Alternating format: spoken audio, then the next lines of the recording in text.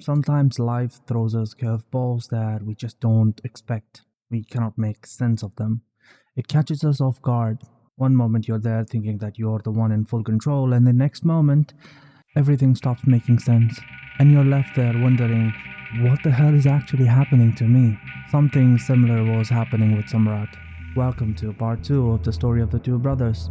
The story sent by Rudra about his grandmother Priya and his grandfather Samrat. So far, we've seen the conflict between the two brothers, Arjun and Samrat. And if you haven't watched that part, I suggest you go and watch it right here. I'm gonna say it again. The things I'm gonna be saying in this video will be heavy, so bear with me. And if you're watching this while doing something else, I suggest you to save this video and watch it when you have time, because you're gonna lose out on a lot of details. Details that matter. The events of the last story, the conflict over a well, a very simple issue that turned two brothers against each other and broke apart a family. After that, Samrat had a strange nightmare, following which Samrat went delirious and then completely blank. And the events that followed after that, he doesn't remember anything. The rest of the story is told by Priya, told by the grandmother as she remembers it. Now, before we begin the story, I would like you to please subscribe to the channel. And if you like the video, leave a like. If not, dislike it. Tell me what's wrong in the comments and I'll fix it in the next one. Now let's get the intro rolling and then we start.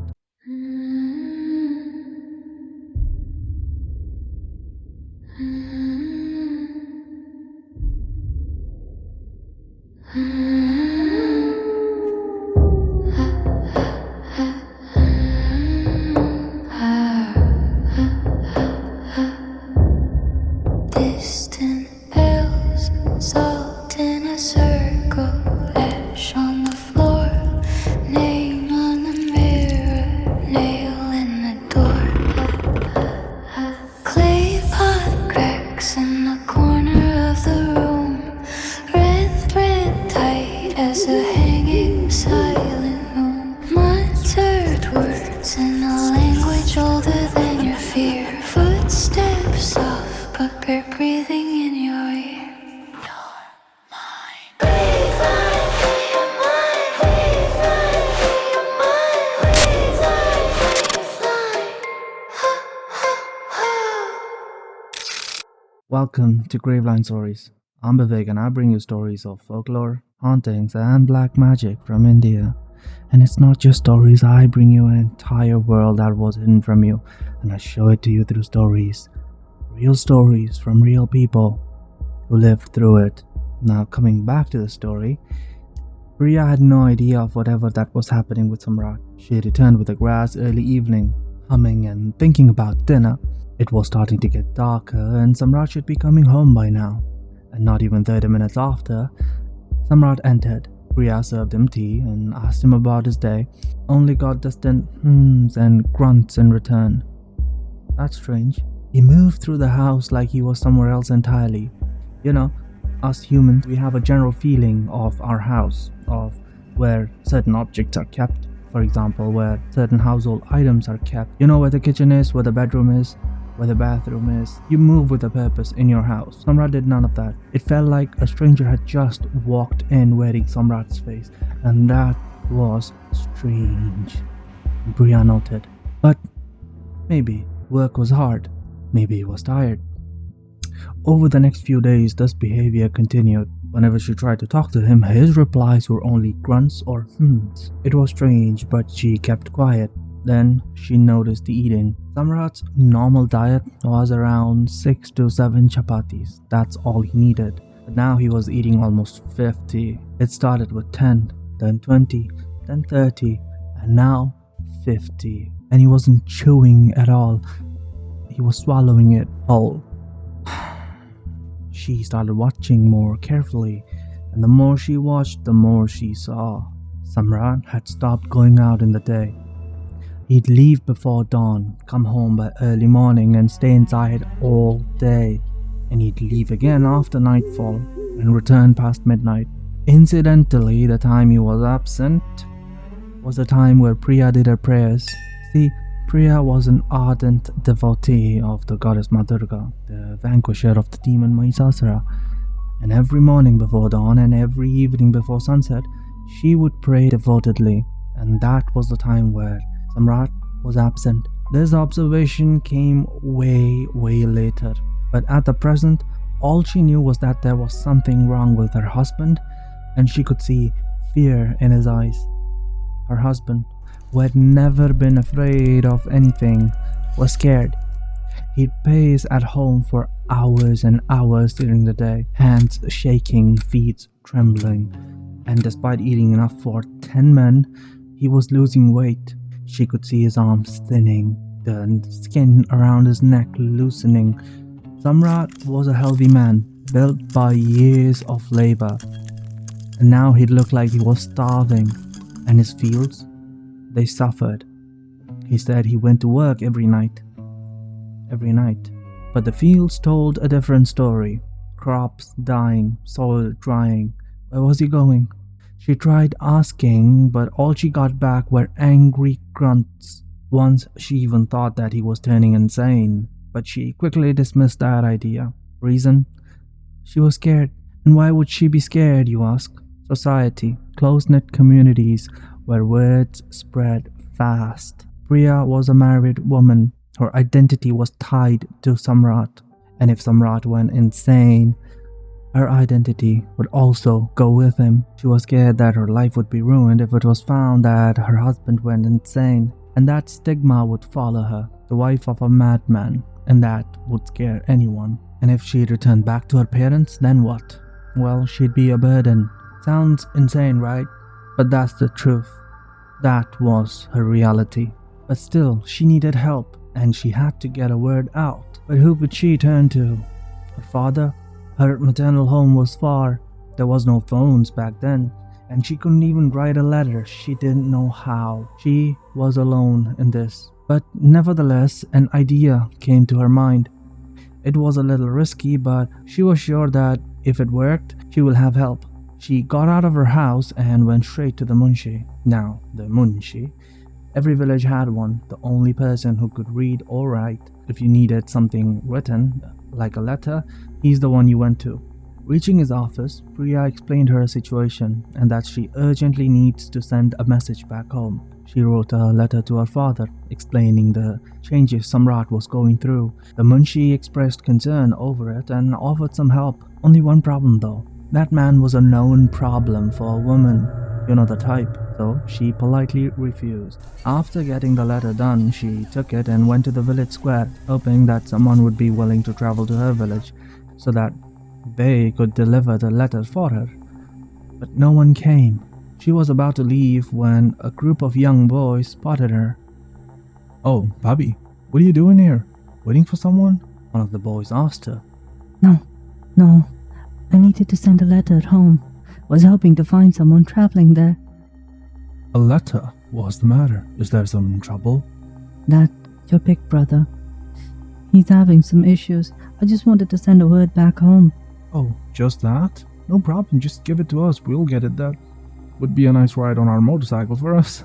The boys offered help with a smile, and Priya agreed. She released a sigh, thankful for their help. But that's just one problem solved. Samrat still needed help, and he needed it now. Scared and having nowhere to turn to, she went to Arjun's house. She stood at the gate for a moment. This was the other side of her story, the other side of her fractured family. The familial warmth of before was absent now. Will they even listen? Doesn't matter, she has to try. At least Neha would listen. She always did. Steeling herself, she stepped in. She saw Neha in the courtyard pounding some spices. Priya saw her take notice and Neha hurriedly came towards her, wiping the sweat off her forehead. Priya, what a pleasant surprise. Come on in. Neha invited her in. Priya sat on the chair while Neha went to make some tea. Priya sat there, feeling nervous, wondering how to open up to her about the problems. After a few moments, she saw Neha enter with a tray in her hand and some teacups. It's been so long, Priya. How have you been? I'm good, Didi. How have you been? She couldn't meet Neha's eyes, and that didn't go unnoticed by Neha. Our husbands don't see eye to eye, Neha took her hand in her own. but we know and love each other as sisters. Tell me, what's wrong? Priya's eyes found the cup. It's Samrat. I don't know how to explain, Didi, but things have been strange. Priya proceeded to explain everything. All the while, Neha kept quiet, and out of confusion or out of fear, she doesn't know. When she was done, Neha sat her cup down and held her hand. Don't worry, Priya. I'll talk to Arjun about it. Hopefully, he will listen. They sat a little longer and chatted about other things. With some hope budding in her chest, Priya left. Maybe this will manage to close the rift a little bit. Maybe. Hopefully. She dearly wished it would. She walked, each step feeling heavier than the last. Fear. Fear. Why was she afraid of going to her own home? She stepped at the main gate, and her eyes went to her house immediately. It was black. Darkness spilled from every window. The shadows blotted out everything. The sun was barely setting. Plenty of light outside, so why was the house so dark? She took one step in from the gate and... What was that? Her chest clenched hard. Devi might protect me. The door. She needed to get to the door. She opened the door, feeling her way through that blinding darkness. Her hands struck the table. Above it was a shelf, and there was a match there. She prodded the surface of the shelf with her bare hands and found it. She struck the match, and finally, there was light. She could finally see something, even if it is just a little. It really was too dark inside. A glint caught her eye. The lantern glass. The lantern wick couldn't have been lit sooner. Its light spread through the room, casting away the shadows. She turned to hang the lantern, and something else caught her eye. A silhouette.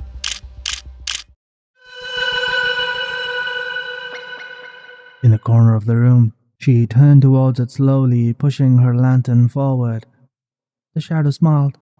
The lantern hid his face. It was Samrat. He was crouching in the corner, in the dark. Where did you go? The grating voice echoed in her ears, and it sounded strange. It sounded layered. It wasn't Samrat's voice alone. She could sense someone else's voice, layered on top of it. Speak. Where did you go? That grating voice again. Her breath was caught. Her mind was blank, and she was frozen. What was happening? Why is he talking like that? Coming closer, growling towards her on all fours. Move, damn it, say something. But her body refused. He came closer and closer and closer, and then... Oh ho ho! You went to his house. Why'd you go there? To get help? Asking help from the one who's in trouble. Stop standing there. Go make me some food. I'm hungry. The clattering of his teeth sent her in a frenzy. She needed to get out of there, anywhere but there. The kitchen. The kitchen. Make food? Alright, she'll make food. She moved fast, feet thudding, lantern in hand. There. Open the door. Close it. Keep him out. The door closed with a click, and she felt herself breathe. Something was wrong. She could feel it in her bones. That wasn't Samrat. That wasn't her husband at all. That's something else. What to do? What could she do? Best bet? Give it what was asked. Make food. She searched for the flour bin, found it in the usual spot. She poured a few bowls, added water, and started kneading. Her hands worked the motions, and her mind went quiet. This was helpful. She tried not to think about whatever that was in the other room. Escape? Where to? Can she? Her eyes widened and a realization settled in. She couldn't leave even if she wanted to. Where would she go? Stop thinking. Just give him what he wants. That's the safe option. Her thoughts slipped her away, and before she realized, she had already made everything. The plate was ready, and now it was time to feed, and she had to deliver. Her hand pulled the door handle. It opened. The lantern lit the room dimly, and there he was, in the middle of the room. He was in a squat, his arms crisscrossed, and he held both his toes by his fingers. She inched closer, and the more she did, the more Samrat felt like a beast waking up from a nap. Carefully, she put the plate down and before him, and he started sniffing like a canine. Then his head inched towards the plate, and then his jaws opened and closed around one chapati. No hands, eating directly with his mouth. He took a single bite and then slapped the plate away, the chapati sent flying. Not this. Bring me something else. There's nothing else. Is there flour? Go, need some for me. Go, go, go, go, go, go, go, go.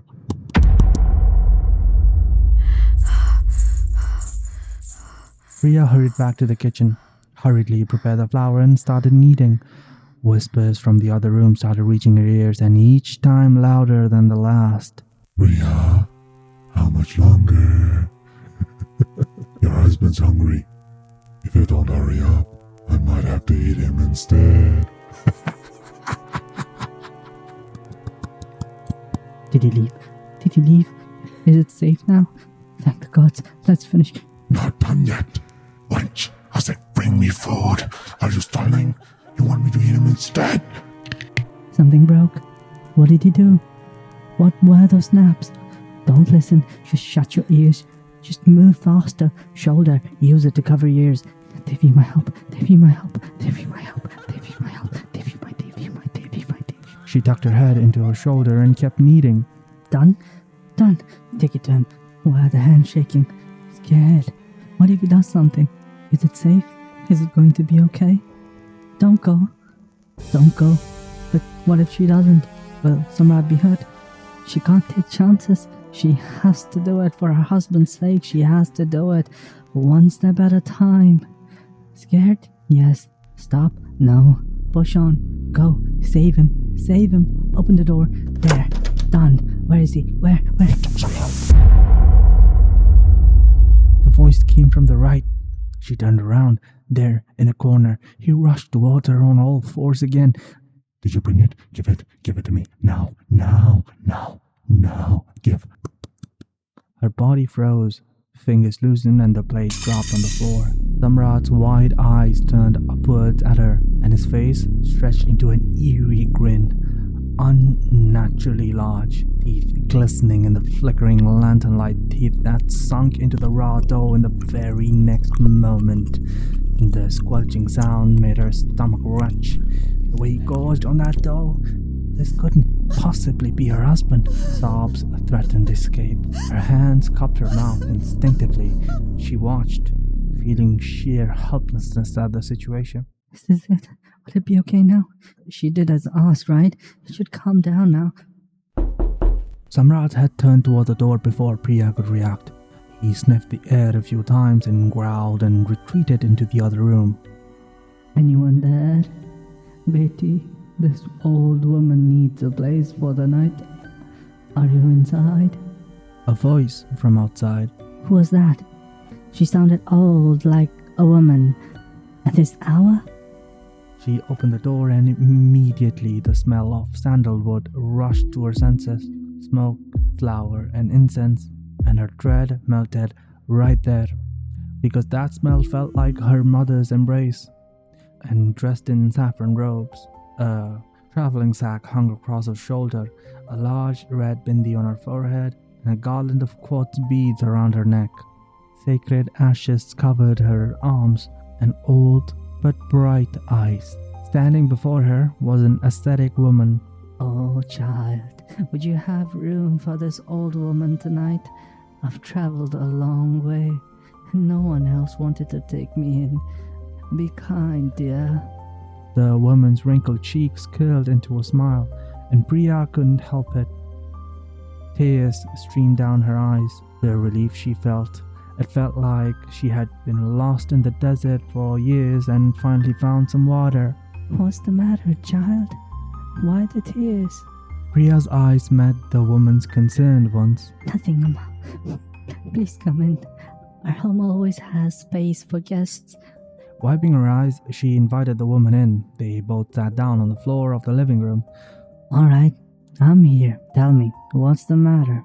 Priya couldn't describe it, but the look in that woman's eyes were so hypnotic, so motherly that she confessed everything, down to the last detail. Child, your husband is a victim. Don't fault him for this. He's cursed. Curse? Where is he now? Priya pointed to the door to the next room. Until I'm here, no one will touch you, my child. She got up and pulled a small pouch from her bag. Then she trudged towards the door. Priya, calm and still, just watched. Then the woman poured the ash on the floor, a line of ash, right in front of that door, and whispered something. The door, which was swallowed in shadow, suddenly became a little bit more visible. Priya couldn't describe it, but it looked like the shadow suddenly retreated. The woman turned around and smiled. Now he can't do anything. She came and sat right down beside Priya. Oh, child, I'm hungry. This old bones can barely cook. Make me some food, please. Priya felt oddly happy. Of course she'd cook for her. She went to the kitchen and began to make some rice and curry. Took her 20 minutes. Her stomach growled. She hadn't eaten that day either. Good thing then, she'll have dinner with Amma. She brought 2 plates with her and both the women sat down to have dinner. Dinner was pleasant and the hunger and the sheer tiredness of today's events made it the best meal of her life. Done with it, Priya cleaned up and both women started chatting. And Priya couldn't tell when she ended up with her head in Amma's lap or when she dozed off that night. When the rooster's call woke her up next morning, she found herself on the floor. A saffron cloth covered her. Did she sleep on the floor last night? She touched her head. She remembered the warmth of Amma's hand gently patting her to sleep. But where was Amma? Her eyes scouted the room. She was alone. Amma was gone, leaving behind that faint scent of sandalwood. Priya was safe for now. Whatever Amma had done had sealed Samrat in that room. He was contained for now. That line won't hold forever. And this is where this part of the story ends. And the next part is right here for you. And I'll be waiting for you there. Before you go, like and subscribe. Till the next time.